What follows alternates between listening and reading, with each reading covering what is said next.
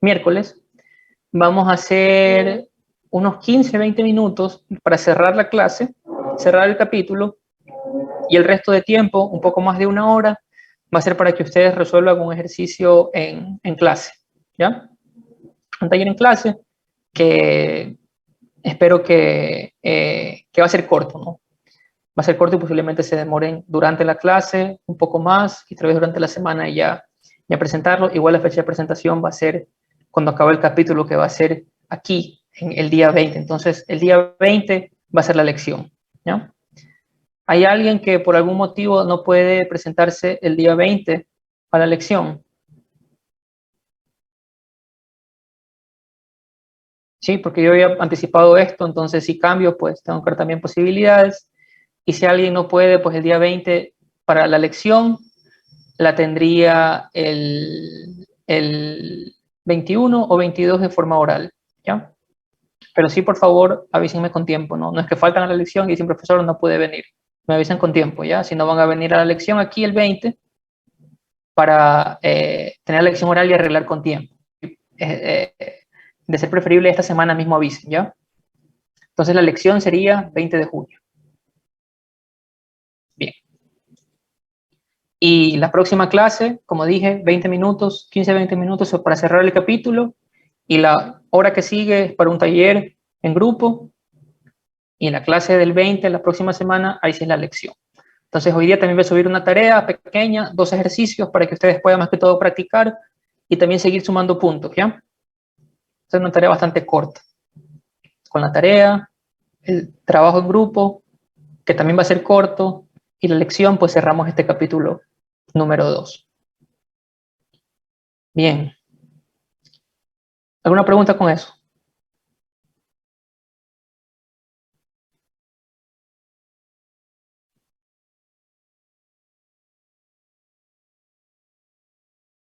La lección va a abarcar únicamente lo que hemos visto ahora, ¿no? La función de transferencia, lo que voy a recapitular en esta clase. Bien, entonces por favor, máxima atención. Si en algún momento está un poco pesado ya, me dicen para parar, hacer una pausa de 5 minutos para que puedan, pues, tomar un descanso, ya que vamos a ver bastantes números, no números, sino variables hoy día. Bien, entonces vimos transformada de Laplace para sistemas lineales o sistemas linealizados, ¿no? Decimos que esta transformada de Laplace va a permitir dos cosas, resolver y analizar. Hoy vamos a ver ambas cosas, resolver y analizar modelos dinámicos. Vimos lo que era la transformada de Laplace, cómo se definía y qué era lo que hacía, ¿no? Cambiar un sistema de ecuaciones diferenciales o diferenciales algebraicos en ecuaciones algebraicas de orden n. Hicimos para varias funciones, la función escalón, por ejemplo, y vimos que esa función va a ayudar a describir los cambios repentinos en las variables de entrada, ¿no? Vimos también, pero un poco más despacio. Vimos también funciones exponenciales, más que todo para practicar cómo hacer estas transformadas de Laplace. Ustedes ya las han aprendido, pero dijeron que fue hace como 2 años. Importante, la transformada de Laplace de la derivada. Vimos de dónde salía. Por si acaso yo no les voy a tomar ningún tipo de demostración, ¿no? Si voy a tomarles algo, es directamente la aplicación y voy a darles, por ejemplo, tablas de transformadas directas, transformadas inversas de Laplace, ¿no? No es mi objetivo que ustedes sepan cómo demostrar o cómo hacer manualmente una transformada de Laplace. Entonces, para la derivada, habíamos quedado que la transformada, pues, va a ser igual a S por la variable en la transformada de Laplace menos el valor inicial en el dominio temporal, ¿no? Cuando t es igual a 0. Les hablé también de la matriz de salidas. Hoy voy a hacer un ejemplo que tiene también la matriz de salida, para tener esto más claro, porque teníamos ya la matriz de espacio-estado, perdón, el sistema espacio-estado, pero no esta ecuación de salida, ¿no? En todo caso, había dicho que la función de transferencia va a relacionar salidas y entradas, y puede ser que la salida también es el estado, ¿no? Que no hay que hacer ningún tipo de transformación. O sea, si estamos midiendo la altura aquí, que es el estado, observamos también la altura directo aquí. En ese caso, pues esta C va a ser 1 y aquí pues es 0, esta D. Bien, vimos la función de transferencia, relación de salidas sobre entradas y relación causa-efecto. Entonces empezamos a retomar el ejemplo del tanque de mezcla, ¿no? Están los flujos másicos y la fracción másica de cada corriente. Este es el balance de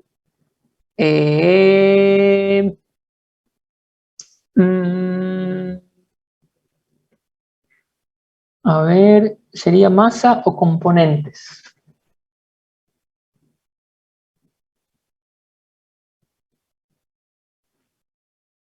Si es un balance de componentes de un solo componente, ¿no? Que no hay reacción. El modelo linealizado, que no lo voy a repetir ahorita, pero para el próximo ejercicio que es más complejo, ahí sí lo voy a repetir para que tengan una oportunidad más para ver linealización. Entonces, aquí simplemente es arreglar a la forma matricial del sistema espacio-estados para tener esto, ¿no? Y aquí ya me olvido de estos deltas y digo que es directamente las variables con esta rayita, y después ya no pongo la rayita, sino para hacerlo más sencillo nomás. Pero me refiero aquí a las desviaciones. Las transformadas de Laplace, bueno, para la derivada, para la variable de estado, para las variables de entradas, ¿sí? Seguimos aquí de una forma matricial cómo resolver esto, ¿ya? Vamos a ver tal vez hoy día una aproximación, o eso sí va a caer para la próxima clase de cómo hacer esto de aquí. Bien, entonces el mismo ejemplo, empezamos a hacer las transformadas de Laplace para el tanque de mezclado isotérmico. Las variaciones en los flujos de la primera corriente y de la segunda corriente vendrían a ser U1 y U2, y U, pues, que es el vector de entradas. Entonces, esta es la transformada de Laplace, se fue la derivada, ¿no? Y ahora nos queda simplemente todo algebraico. Entonces, podemos agrupar, y pues aquí tenemos que la variable de estado es igual a la variable de salida, ¿no? Aquí tenemos por separado las funciones de transferencia de cada una de las entradas, ¿no? Entonces aquí hay algunas entradas y una sola salida, y dijimos qué significaba eso siso, mimo, a pesar de que no vamos a hacer nada más con eso por ahora. Dijimos entonces que teníamos que aplica este principio de la superposición, porque el efecto de las entradas es aditivo, ¿no? O sea, se suma el efecto de cada una de las entradas, dando pues un efecto para las salidas que al final la suma de estos dos pues va a ser el efecto total. Ese es el principio de superposición.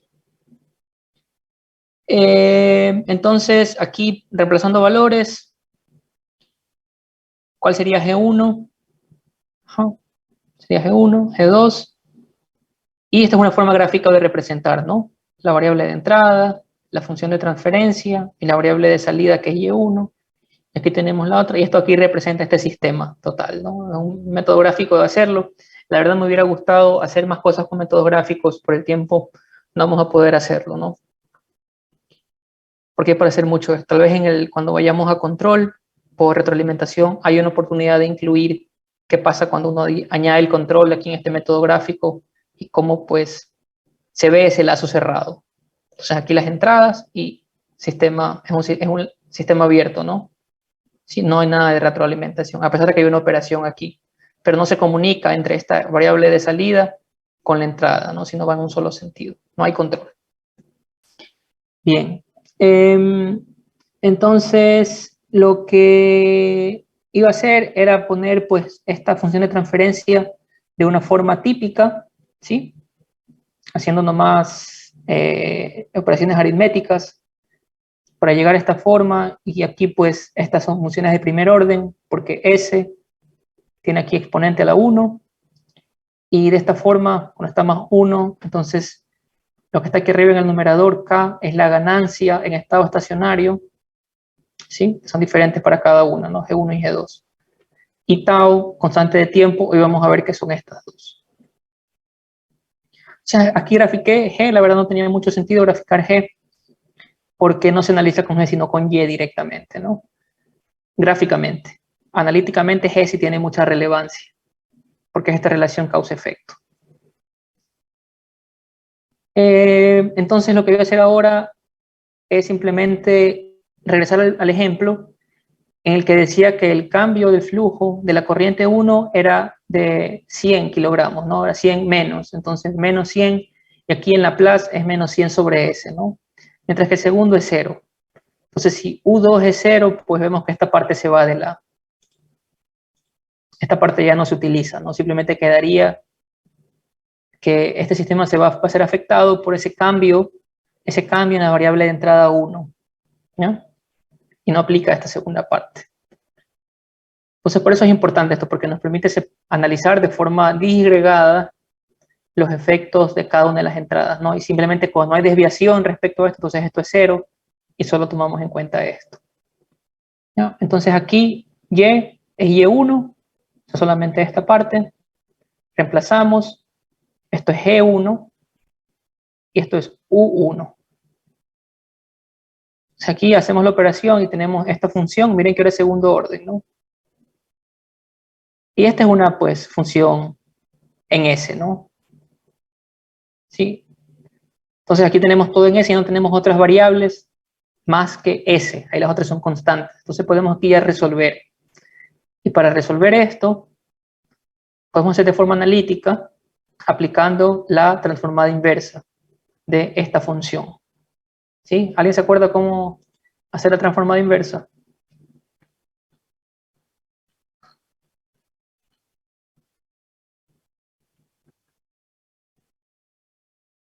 Señorita Pita, tal vez. La verdad es que no, profesor. Sí, no hay ningún problema, señorita Pita. No pasa nada. No hay ningún problema, pues para mí tampoco esto es de memoria, ¿no? Más bien uno, cuando tiene ya estos sistemas, tiene que ir a estas tablas, ¿no? De transformadas inversas. Entonces no hay ningún problema, señorita Pita, que no sepa la transformada inversa. Este no es un curso de ecuaciones diferenciales, ¿ya? Lo que sí nos importa es la aplicación. Entonces, ¿para qué primero? Dijimos que íbamos a usar transformada de Laplace para resolver un sistema dinámico, ¿ya? Entonces vamos a enfocarnos ahorita en resolver. Entonces aquí lo que se hace es que vamos a las tablas y vemos pues que aquí están funciones en Laplace y aquí están en el dominio temporal. Entonces directamente aplica esto. Si tenemos esta función, tenemos que ver a la que más se parece, ¿ya? Obviamente K sobre S no, porque tenemos aquí ese cuadrado, ¿no? K sobre S cuadrado tampoco no, porque tenemos ese cuadrado más S, ¿ya? 1 sobre SA tampoco, porque tenemos aquí al cuadrado, ¿no? Aquí S más A al cuadrado, ¿se puede factorizar esto para hacer un trinomio cuadrado perfecto? No creo. Lo que tiene más sentido es esto, ¿no? Sobre todo porque tenemos aquí estas dos S. Si hacemos un factor común, quedaría así. Entonces tenemos al final esta expresión para tratar de llegar a esto, ¿no? A S por S más A, numerador A, y todo lo que está, pues, lo que queda fuera, y todo lo que sobra, pues sacarlo como una constante, ¿no? Entonces aquí tenemos ya esta forma. Y este 0,389 sería A. Entonces aplicamos la transformada inversa, obviamente respetando esta constante, ¿no? Y tenemos que es 1 menos E elevado a la menos E menos AT. Y A era este 0,389 y T directamente tiempo. Y este 1 por T pues era simplemente la otra constante que estaba allá. No es nada más, ¿no? que una constante que se repite, que es esto. Entonces, por favor, tienen que practicar esto, por favor. Porque sí puede ser que en la lección tengan algún ejercicio que tengan que aplicar la transformada primero de forma directa y después la transformada inversa para resolver analíticamente el problema. ¿Por qué? Porque esto aquí ya es analítico, ¿no? Esta función de aquí, bueno, que aquí está en y de t, y aquí solamente t, entonces no importa. Aquí podemos darle cualquier valor de t y vamos a tener este resultado y, ¿no? Para regresar al ejercicio, esta y era la desviación de x, ¿no? Que era la fracción másica de un componente, de la mezcla. Pero para saber la absoluta, ponemos aquí la inicial, que no sé si se acuerdan en sus apuntes que el ejercicio era 0,5 el estado estacionario. Entonces, este es el estado inicial y aquí está la desviación, ¿no? Entonces aquí cualquier valor de t que le ponemos, vamos a tener un valor diferente para 0.5. Ajá. Entonces aquí graficando esta función, directamente graficar, ¿no? No hay que resolver nada, no hay ninguna ecuación diferencial que resolver ya. Ya la resolvimos con Laplace, ¿sí? Ese era el propósito de esto. Entonces ahora tenemos una ecuación que describe, no es x, aquí es w. Aquí es w, ¿ya? No es x, es w de t, ¿ya? Y aquí está el tiempo. Entonces, ¿cómo va a evolucionar w respecto al tiempo? Entonces aquí sí ya no depende de nada más porque ya dimos también nosotros un valor a la entrada, ¿no? Sí, ya esto está definido. Entonces ya como especificamos el problema, ya podemos resolverlo ahorita.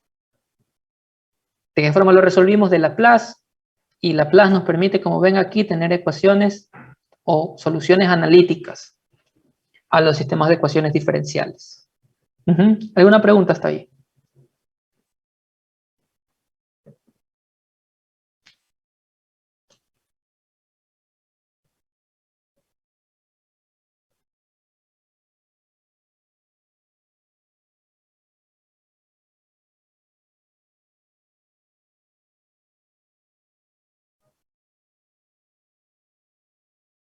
¿Ya? ¿No hay preguntas todavía?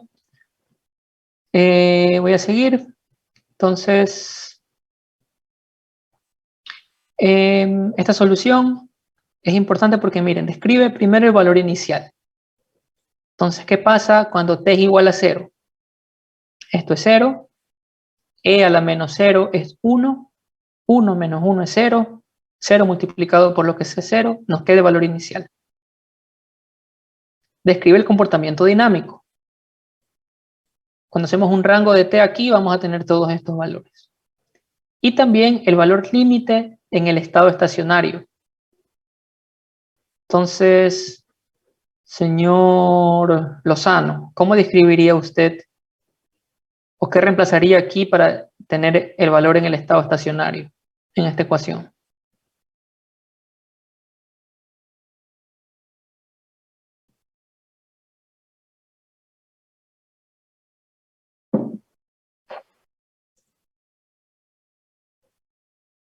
¿Está?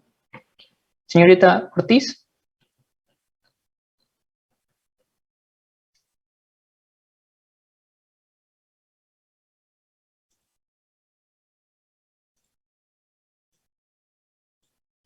Señor Townsend.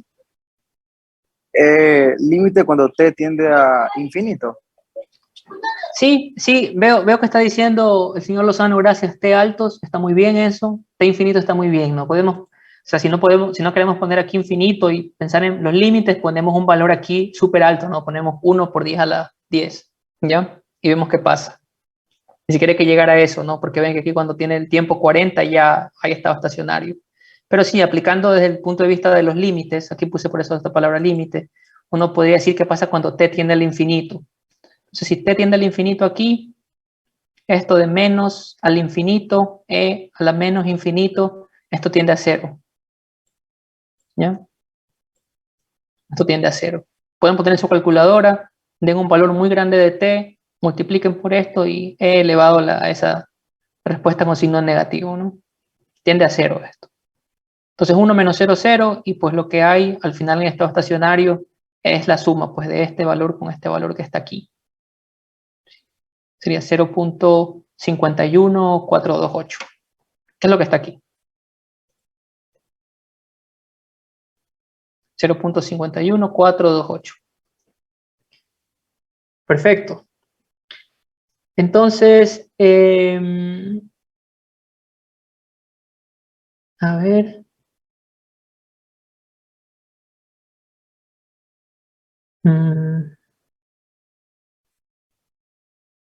¿Para qué traje esta lámina? Ajá, ya que este era el ejercicio, ¿no? que era antes. Entonces aquí en el B era ese cambio, ¿no? De 500 a 400, que era la ecuación que yo apliqué.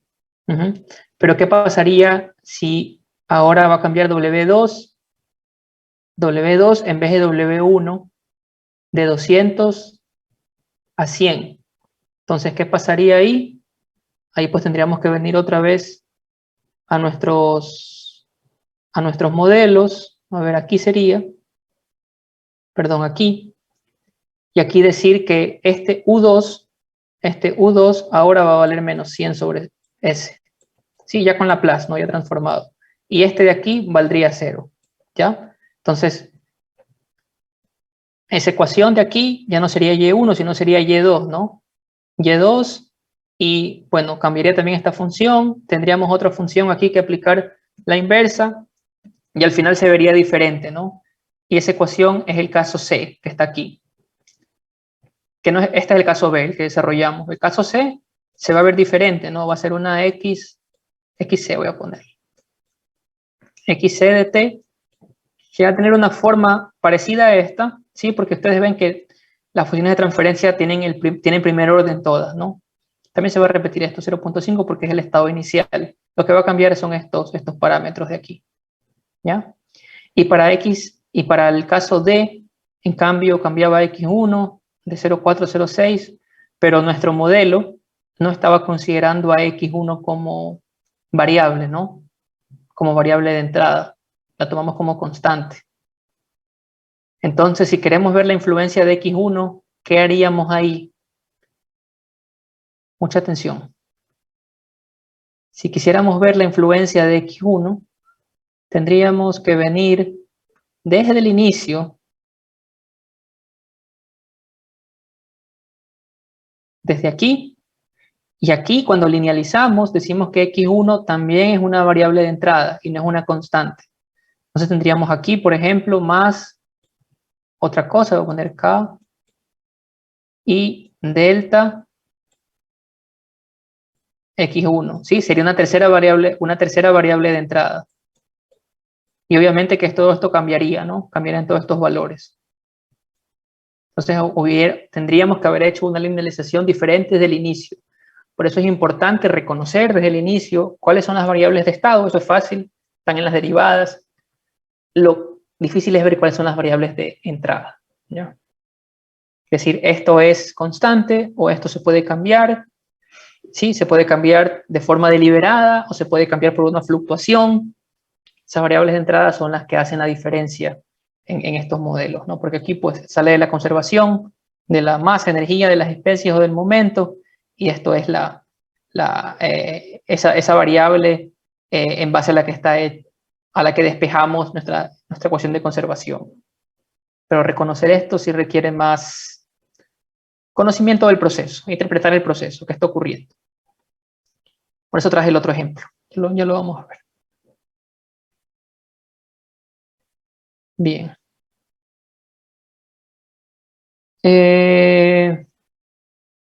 Entonces habíamos visto hasta aquí, ¿ya? Pero también podemos nosotros utilizar las transformadas de Laplace para analizar, ¿ya?, qué pasa con el sistema diferencial. Entonces, hay dos cosas que lo hicimos ya ahorita de forma gráfica, pero se puede hacer un poco más rápido sin necesidad de graficar. Y son dos teoremas, el teorema del valor inicial y el teorema del valor final. Entonces, el límite de Y, cuando t tiende a 0, o sea, el valor inicial de Y, ¿sí?, va a ser igual al límite de S multiplicado por YS, o sea, la función en el dominio de Laplace, multiplicada por S, cuando S tiende a infinito, ¿ya? ¿Y esto por qué es importante? Bueno, el teorema del valor inicial no tanto, porque esto por lo general es un dato dado, ¿no? Es un dato dado en el problema, ¿sí? Es un dato dado. El teorema del valor final, cuando tenemos tiempo infinito, es el límite de SY, S y aquí se invierte, ¿no? Tiempo infinito, S es igual a 0. Este sí es más importante porque a veces no es tan sencillo ver el estado estacionario o el estado final de las variables, ¿no? No porque no podamos graficar o porque no podamos despejar, sino porque cuando son demasiadas variables, son matrices muy grandes, lo más fácil pues simplemente es reemplazar todo en Laplace, ¿ya? Para ver cuáles serían esos valores finales. Entonces, en este caso, cuando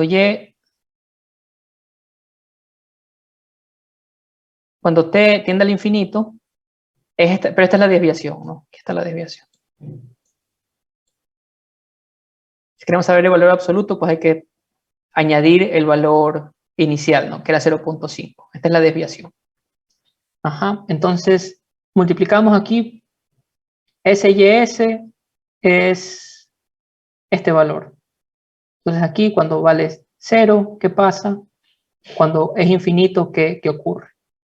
¿Ya? Esa es algo útil que nos da la función de transferencia sin necesidad de graficar o de despejar algo, ¿no? Simplemente vemos y podemos rápidamente extraer los valores, ¿no? Ni siquiera calculando. El reemplazo es rápido. Valor inicial, estado estacionario. Algo más que nos da son estos datos, ¿no? Este K, que es la ganancia en estado estacionario, que si vemos es esto, ¿no? Menos 1.428 por 10 a la menos 4. Miren que es casi el valor final, solo que faltaba multiplicarlo por esta amplitud, ¿ya? Si multiplicamos esta ganancia por esta amplitud, tenemos el estado estacionario directamente.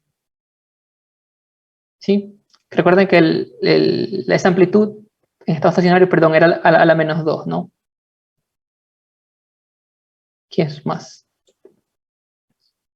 Y tau, que es esta constante de tiempo, esto que nos indica, esto aplica más para cuando uno quiere, a partir de un gráfico, estimar la función lineal de transferencia, perdón, la función de transferencia de primer orden. Pero si tenemos la función de transferencia, ¿qué significa este tau? Significa que este es el tiempo que vamos a necesitar para alcanzar el 63.2% del valor máximo, ¿ya? Aproximadamente.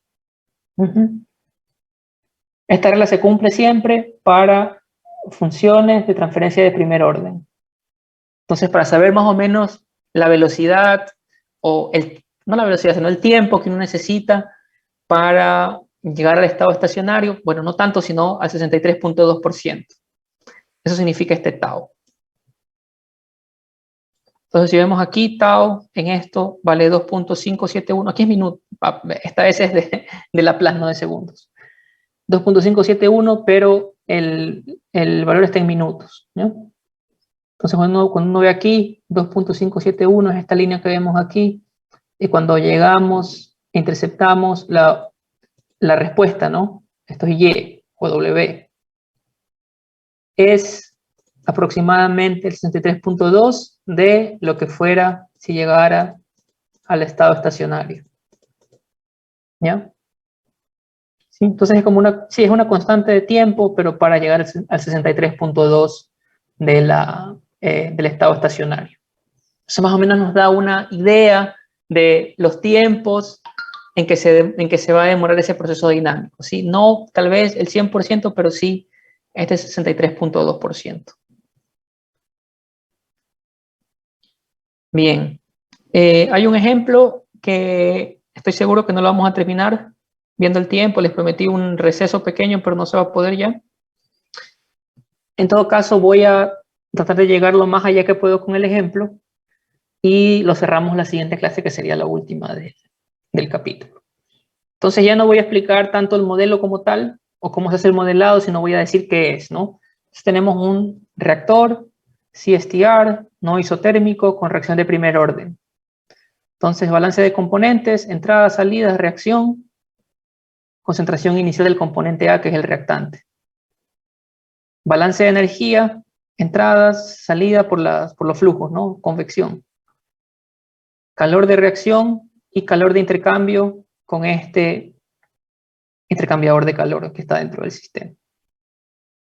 La reacción sigue primer orden con la influencia de la temperatura, ¿sí? Quizá la variable sea, y el calor pues con la ecuación de transferencia de calor, la ecuación fundamental. Entonces aquí, sí, un poco más lo que quería hablar hoy día, cuáles son las variables de estado primero, pues eso es fácil ver, ¿no? CA y T. ¿Cuáles son las variables de entrada? Entonces todo lo que uno podría manipular. ¿Uno puede manipular el flujo? En teoría sí, ¿no?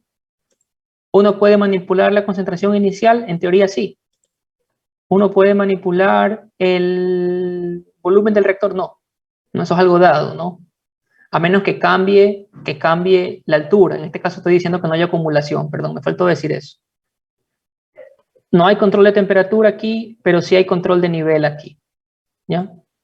Entonces el nivel no cambia, entonces no cambia el volumen.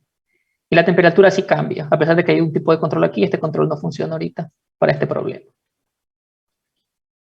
Entonces por eso este volumen de aquí pues es un valor dado que no puede cambiar. Rho, esto no es una variable, uno no puede cambiar la densidad de algo directamente, ¿no? Uno más bien toma un valor con un rango pues dado para las temperaturas del proceso, pero uno no dice, bueno, ahora voy a incluir agua a 750 kilogramos por metro cúbico, ¿no? Esto uno no cambia directamente. Tampoco el volumen, en este caso por lo que estoy explicando, el CP muchas veces depende de la temperatura, pero por lo general uno toma estos valores promedios de Rho, de CP, para poder sacarlos de la derivada, ¿no? Si no lo saca de la derivada, pues tiene que hacer regla de la cadena y también hacer una derivada para CP, una derivada para Rho, y eso es algo que no se quiere hacer por la distribución funcional de nuestro modelo, ¿no? No nos importa ver qué pasa con la capacidad calórica, nos interesa ver la temperatura, ¿no? El cambio en la temperatura neta que están ocurriendo. Bueno, F, SP, T, ¿qué más se puede cambiar? TI, ¿no? Eso es algo que uno tal vez podría cambiar si, por ejemplo, hay un intercambiador de calor previo, ¿no? Uno tal vez puede cambiar ese TI. Si hay una válvula aquí, uno puede cambiar también ese flujo, ¿no? Si hay un tanque aquí de dosificación, uno puede tal vez cambiar esa concentración sea ahí. Por eso digo que uno tiene que pensar, interpretar el proceso y saber qué son las cosas que uno puede cambiar y cuáles no. En este caso estoy dejando todo libre. Y aquí finalmente, aquí puse este más para que es endotérmica. La reacción es endotérmica. Sí. Ajá, entonces pierde calor, ¿no? Pierde calor, pero lo recupera o gana calor con este intercambiador, ¿no? Este intercambiador tiene su fuerza motriz, es la diferencia de temperatura entre este fluido que está aquí y la temperatura adentro, ¿no? Sistema homogéneo. Ya está, creo que eso explicado cuando uno dice sí, estigar, uno imagina todas esas suposiciones ya. Pero este TH tal vez es algo que uno puede cambiar también, ¿no? Si cambia, por ejemplo, la presión del caldero, entonces también cambia la temperatura de saturación, ¿ya? Tal vez uno podría cambiar este TH. En este caso dejé todas las variables de entrada abiertas para el cambio, ¿no?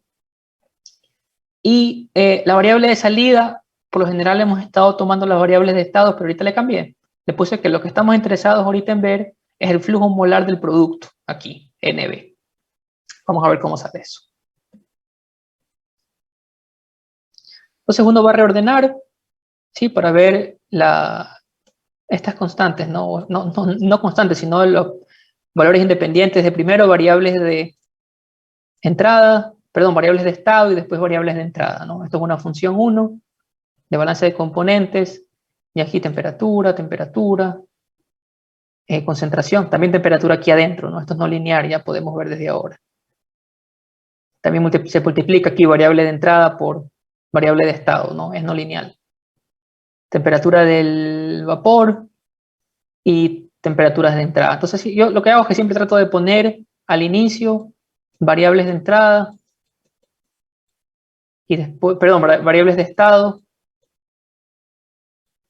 y después variables de entrada, ¿no? A pesar de que, como les dije, es no lineal y aquí también hay una variable de entrada, ¿no? Pero como está la de estado, prefiero ponerla como que estoy viendo la variable de estado. Se me hace más fácil a mí para estar más organizado. Un consejo. Entonces vamos a hacer una linealización alrededor de un punto de interés, ¿no? Del estado estacionario, de las variables X, de las variables de estado y estacionario de las variables de entrada.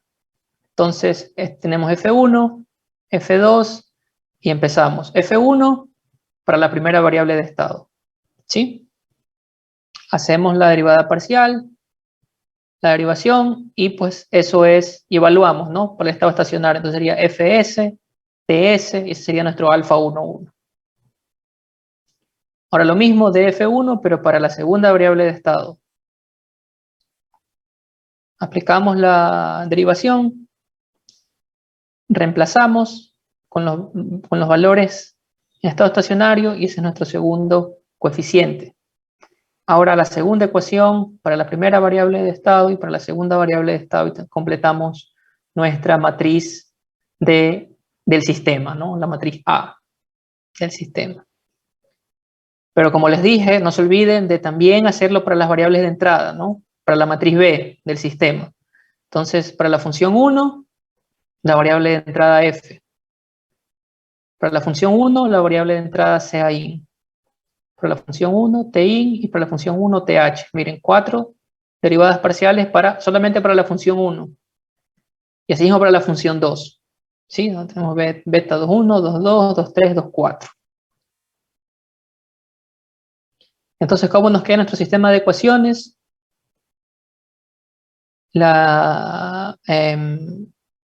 El cambio en la derivada de la concentración y el cambio en la derivada de la temperatura igual a esta matriz A por delta X más B delta 1. Eso es lo que estamos viendo aquí. Eso con los ceros para completar y tener todo en el sistema matricial. ¿Qué pasa con la variable de salida? La variable de salida, dijimos que era NB, ¿no? Este flujo molar de B es la concentración de B por el flujo.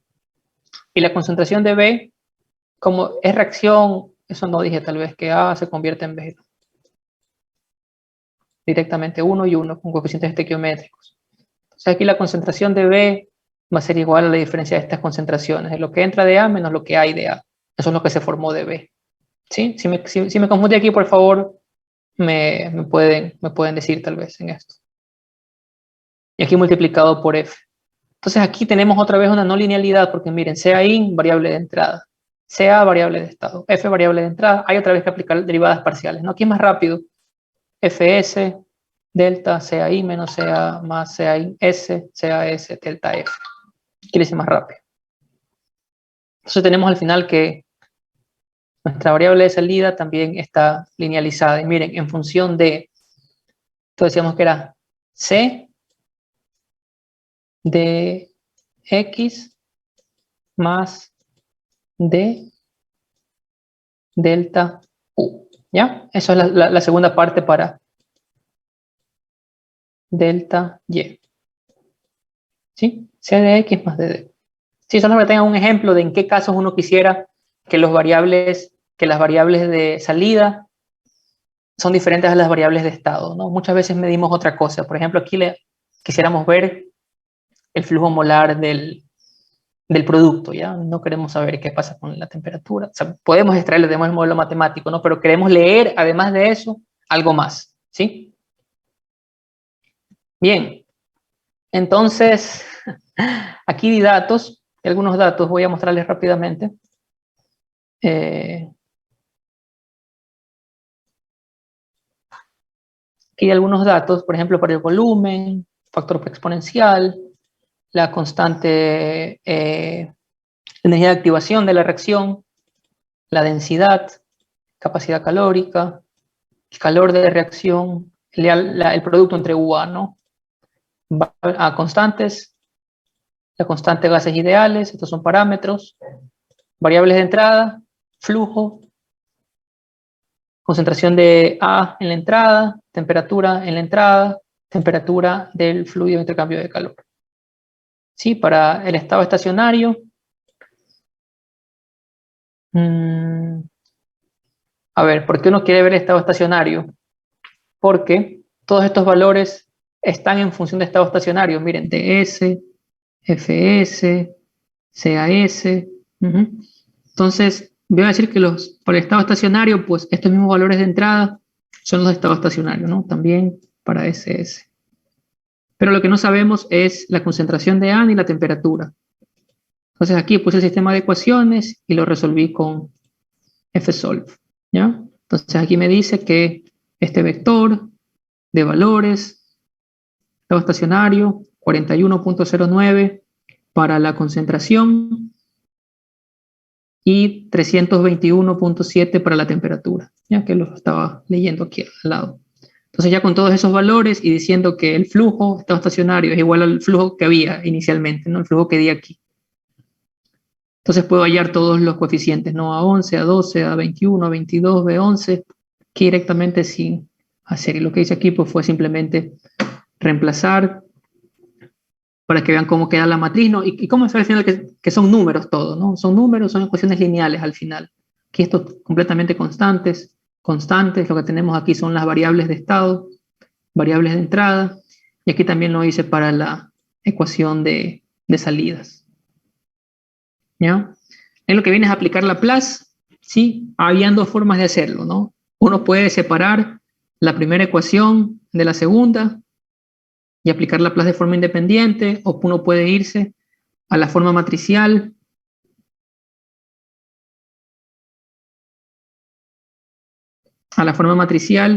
Y tratar de resolver así, ¿no? ¿Ya? Entonces, en la próxima clase vamos a empezar con la forma separada, a ver dónde llegamos, y después vamos a ver esta forma matricial, porque se necesita tal vez no hacerlo a mano, sino utilizar el computador para ver cómo se puede hacer. ¿Ya? Les puedo mostrar tal vez un poquito más qué más viene. Transformadas de Laplace de forma independiente por cada ecuación. Vemos la influencia de cada una de las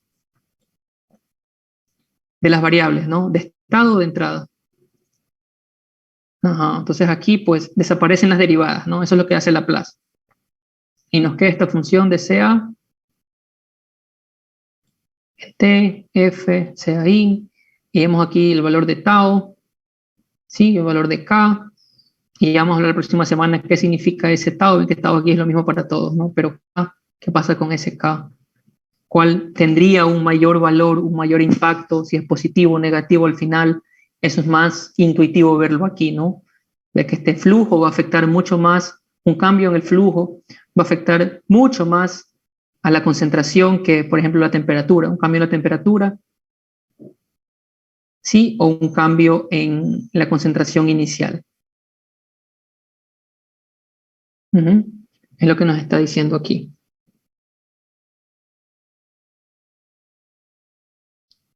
Por el lado de t, también lo mismo, o sea, separando esta parte de la ecuación. Aquí se multiplica esto por estos dos, y aquí se multiplican estos por este vector, ¿no? Se tiene esta ecuación. Se aplica Laplace y tenemos al final un sistema de dos ecuaciones, y lo que podemos hacer después es hacer una simulación, ver qué pasa cuando damos, por ejemplo, valores a estas entradas, ¿ya? ¿Cuánto va a cambiar? Y uno, ¿para qué hace esto? No lo estamos haciendo todavía, pero esto de aquí nos lleva a establecer estos cambios, que son posibles cambios que pueden ocurrir en el proceso, para diseñar un controlador, ¿sí? Para que el valor, por ejemplo, de CA se mantenga como queremos, para que el valor de T se mantenga donde queremos, ¿ya? A eso nos lleva este análisis, ¿sí? Que dejamos todavía expresadas estas entradas, porque puede ser que sea, qué sé yo, una desviación del 2% en CAIN, o puede ser que no es simplemente una función escalón, sino que va a cambiar esa concentración como una rampa, o va a ser, otra función interesante es un impulso, ¿no? Un impulso. Entonces, ¿cómo actuaría el control ahí? Ya, por eso estamos yendo al detalle en esto de la función de transferencia, entradas, estados, salidas, porque todos esos insumos nos sirven para definir el control. Entonces voy a dejar por ahí hasta aquí en esta clase, y en la clase que viene retomamos y les muestro un poco más, tal vez, el segundo método. Ya tengo que revisar el código para poder resolver el segundo método. Me pasé con 1 minuto, me despido ahora. Si alguien tiene alguna pregunta puede quedarse todavía, me quedo aquí unos 2-3 minutos más si alguien tiene preguntas, pero si no, pues gracias por estar aquí y nos vemos el día miércoles. Vengan por favor que hay taller.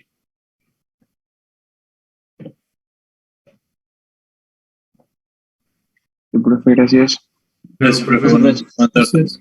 Gracias. Gracias. Gracias.